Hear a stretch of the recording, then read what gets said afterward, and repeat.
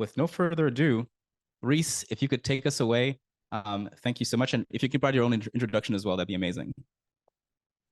Thank you, Ruby. Very excited to speak here today. I am excited about applying quantitative analysis to Drake's lyrics. Let me make sure that my sharing is okay. Yeah, so everybody can see just my slides and not, is it my slides or is it presenter view? Let's see, we can see your slides. Okay, sweet. Yeah, then we'll get started. So once again, thank you all for listening. My name is Reese Richardson. I am a PhD candidate in biology at Northwestern University, but I consider myself more of a data scientist, and a lot of those skills are broadly applicable.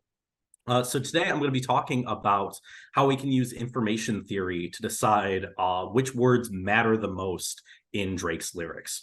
So first, we're going to need a primer on natural language processing. So natural language processing is a part of computer science that deals with how computers understand language. And we want computers to be able to understand language because computers, machines, can necessarily ingest more language than we can at any given time. So if we need to digest a huge corpus of information, say all the books that have ever been published, all the tweets that have ever been made, all the posts that have ever been made, or all of the lyrics in all of Drake's songs, we need to be able to be sure that the machine can interpret those things. So there are many different things that natural language processing is used for.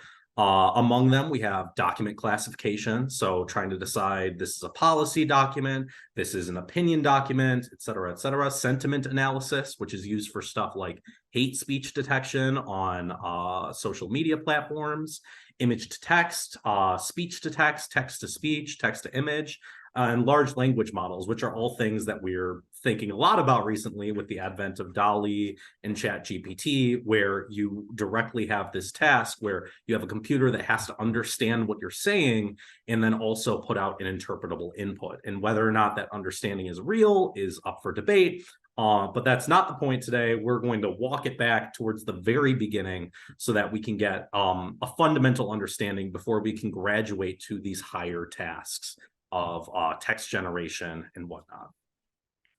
So what does this have to do with Drake? What does Drake have to do with machines? Well, a lot of people have actually taken a natural language processing approach to Drake's lyrics already. Here we have a few blog posts that people have made where they characterize Drake's songs. They try to build a classifier so that they can determine what's a new Drake song and what's an old Drake song, or even sort the songs in his discography into different albums that make more thematic sense together, or even say, let's make the perfect love song Drake playlist, etc. But before, one thing that all of these posts do is handle stop words in their analysis. And that's the question that we're going to be looking at today is, when we're looking at Drake's lyrics through a machine lens, how do we handle stop words? So what is a stop word? A stop word is a word that somebody would consider insignificant or uninformative for understanding a sentence's meaning. So these are words that we use in common conversation that serve a grammatical role, but don't really add to the meaning of the sentence or add a whole lot of context. So these are words like the, and, is, you, do, have. And the idea is that we should remove these uninformative words before we attempt to do any sort of machine classification, because machine learning models tend to learn from these uninformative features and take shortcuts. So if we were to take a task like, let's identify all of the Drake songs that are love songs, or even all of the artists that are very similar to Drake, let's find the most similar rappers to Drake lyrically, we would want to remove these words so that they don't affect the outcome, so that we're not instead learning something like, oh, this rapper and Drake just tend to use the word the at the same frequency. We want to stick to the stuff that is actually important. So traditionally, stop words are removed from a list of stop words. So somebody has determined we have, these 300 or so words like the, is, and that we're just going to remove from all of our documents. So if you start with the lyric, I'm about my business, killing all these rappers, you would swear I had a hit list. You would remove all of the words that don't really add those meaning. And again, all of these stop words come from just a predefined list that is sort of cookie cutter pasted on top of all natural language processing tasks. And then you wind up with about business, killing all rappers, swear hit lists, which more or less preserves the meaning of the lyric, at least in a machine interpretable way. So I don't think anybody would disagree that words like the don't add a lot of meaning to a sentence or to a statement or to lyrics. And you could remove the word the from all of these lyrics and more or less get the same message. But then you also have words like not, which is a stop word in many stop word lists, but literally negates the meaning of whatever sentence it's entered in. So if you remove this stop word, you actually remove a lot of information from that sentence. So stop word removal can get kind of tricky.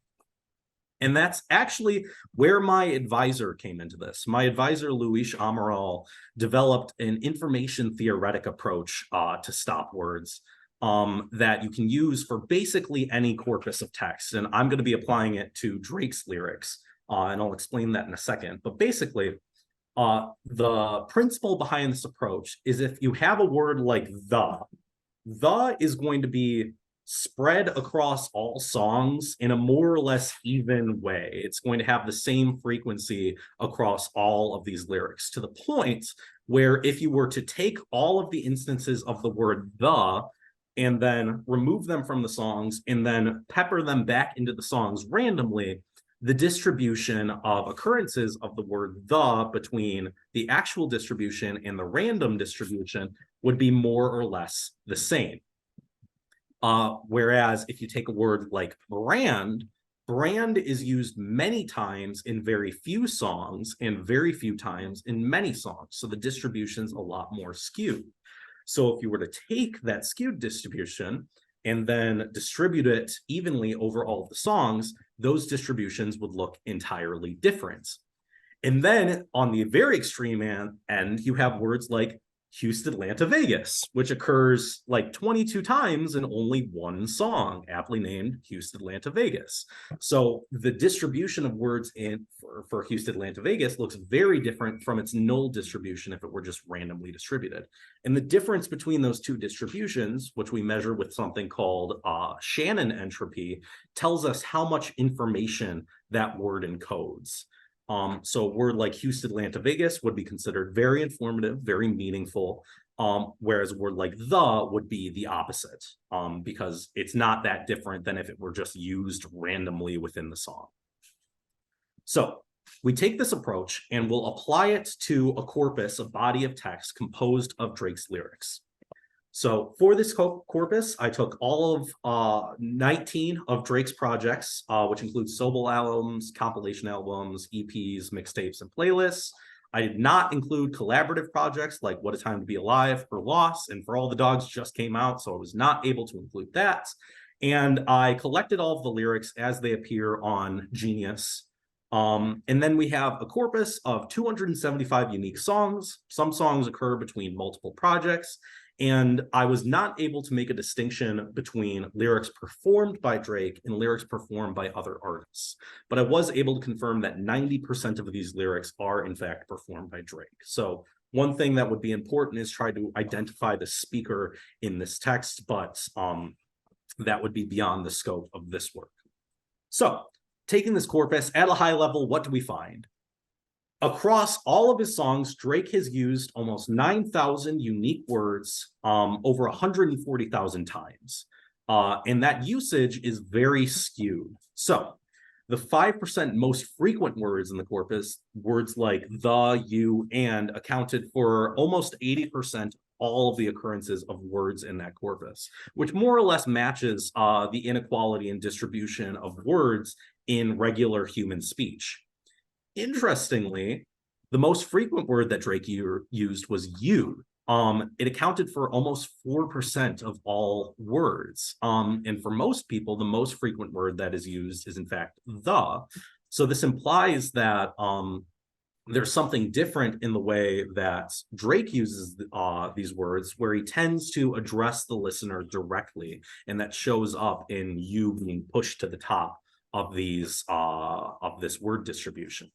And in terms of song length, Drake's distribution of song lengths was in fact quite tight. The shortest song was like 4 words, and the longest song was 1,000 words. And the median song length was around 500.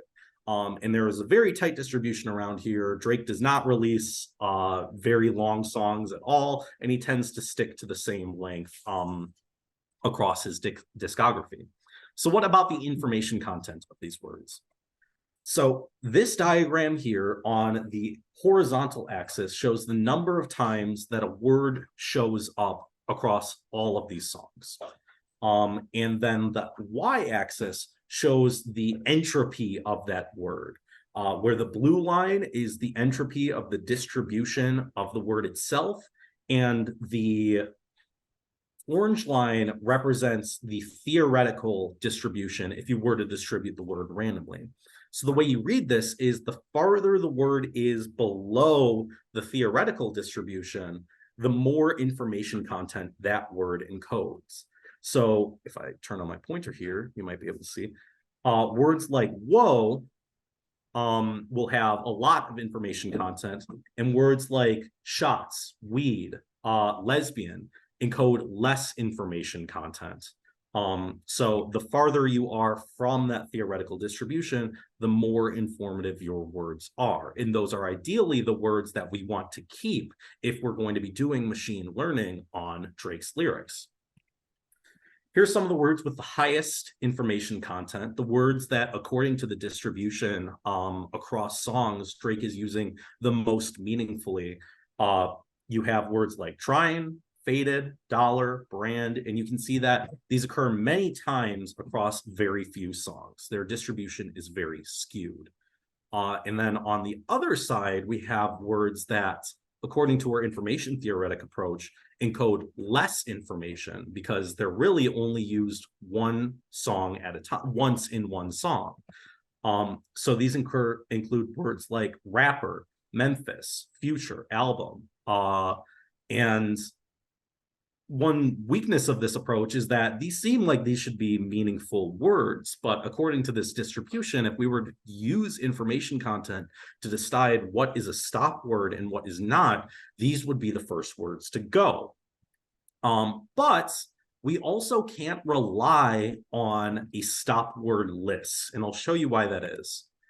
I took the list of words that appear in the Python package, Natural Language Toolkit, which is used by a lot of people, including all of those data scientists that I showed before, for deciphering Drake lyrics.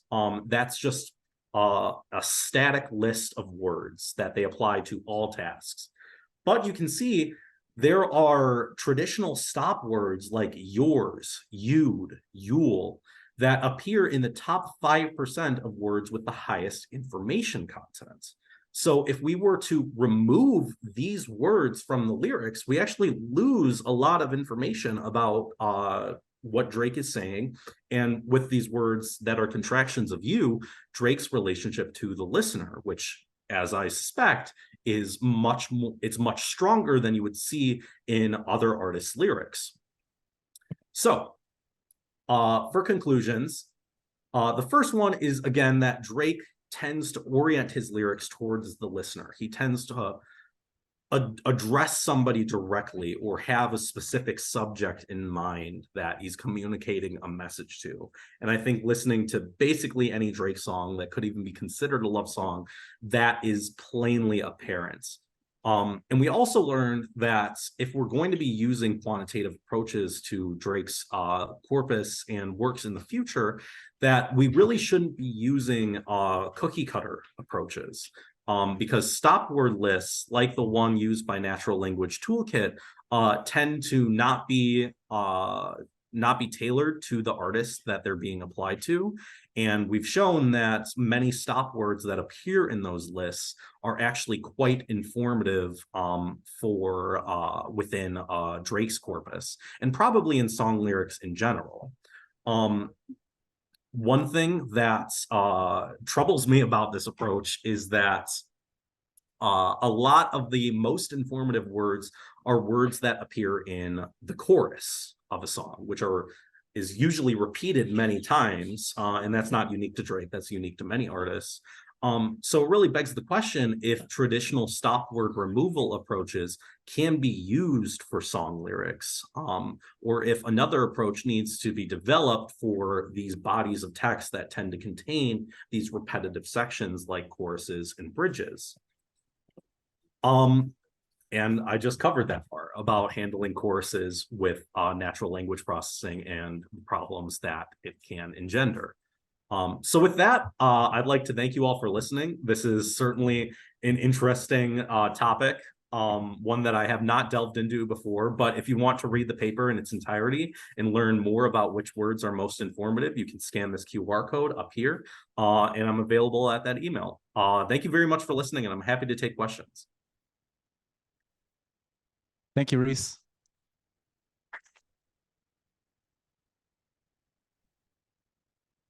So I'm curious if you've done similar research with other artists and seeing how his usage of the U compares to other popular artists, and if we actually see similar stop words being used in the most popular songs of, say, the couple of last years. That would be a really interesting question. I ultimately ran out of time to look at other artists, but it would need to be I would probably need to compare to people who have a corpus similarly large to Drake's, people that have been on the scene for the last couple of decades or so. So I might be restricted in what we can actually look at in terms of unique voices that we get in that body. But yes, that's something that I would really like to know. Like, is Drake's usage of these second person pronouns unique to him?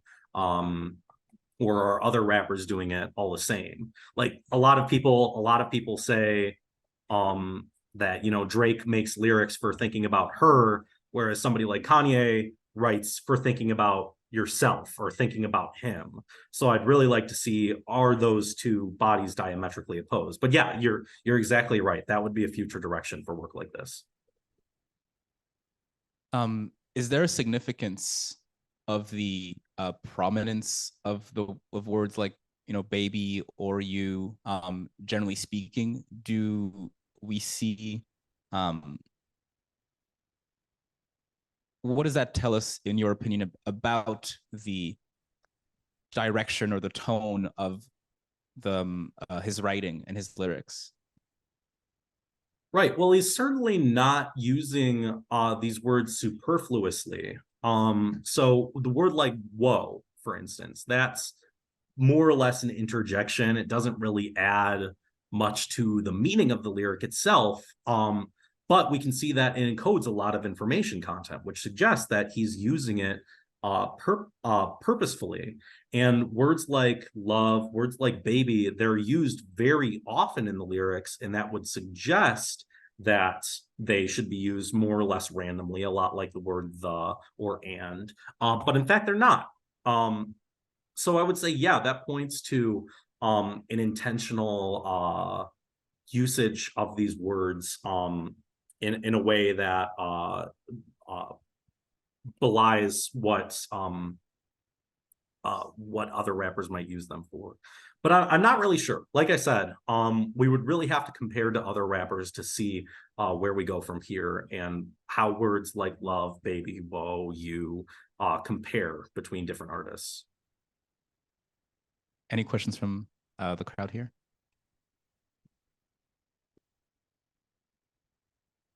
Thanks so much for presenting. I'm curious, like in the way your work has analyzed like would you say quantitative research? Yes. I've never, okay, so I'm curious if of your personal opinions on any qualitative conclusions that you found from your data about the lyrics as a whole. And thank you for presenting. It's such a new way to look at literally the Drake lyrics in general, but that's my question. Yeah, thank you for your question. I won't claim any strength in being a qualitative researcher. I'm a quantitative researcher through and through. Um, but I do think that these methods really can be married. In academia, which I'm a part of, I'm a grad student. These the qualitative and quantitative side are two very different silos.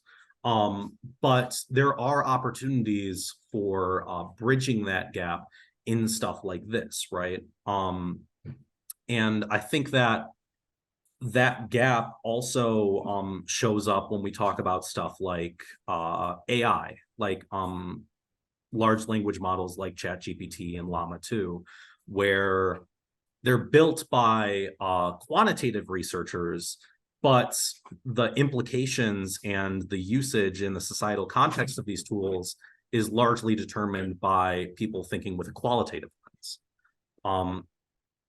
So yeah, I don't know to what extent these methods can be used by philosophers and artists and everybody, but I would certainly like to see more people make an attempt to bridge the two.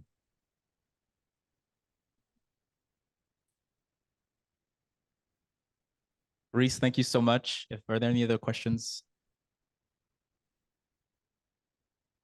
Hey, Adam. Awesome. Well, thank you so much, Reese. I think I'll try to share the paper, your emails over there, so people can see some of the work. And actually, you actually sent me the data set as well, so you can actually see how lyrics genius also works. Yeah. Yeah, you can there's a whole matrix that will tell you in each song how many times a specific word is said. I think by looking at it, the most interesting things that come out of it are those words that he only uses one time in each song, like weed and like rapper and like album, that you would expect to be more frequent. But yeah, take a look. Let me know if you find anything interesting. Thank you so much for inviting me.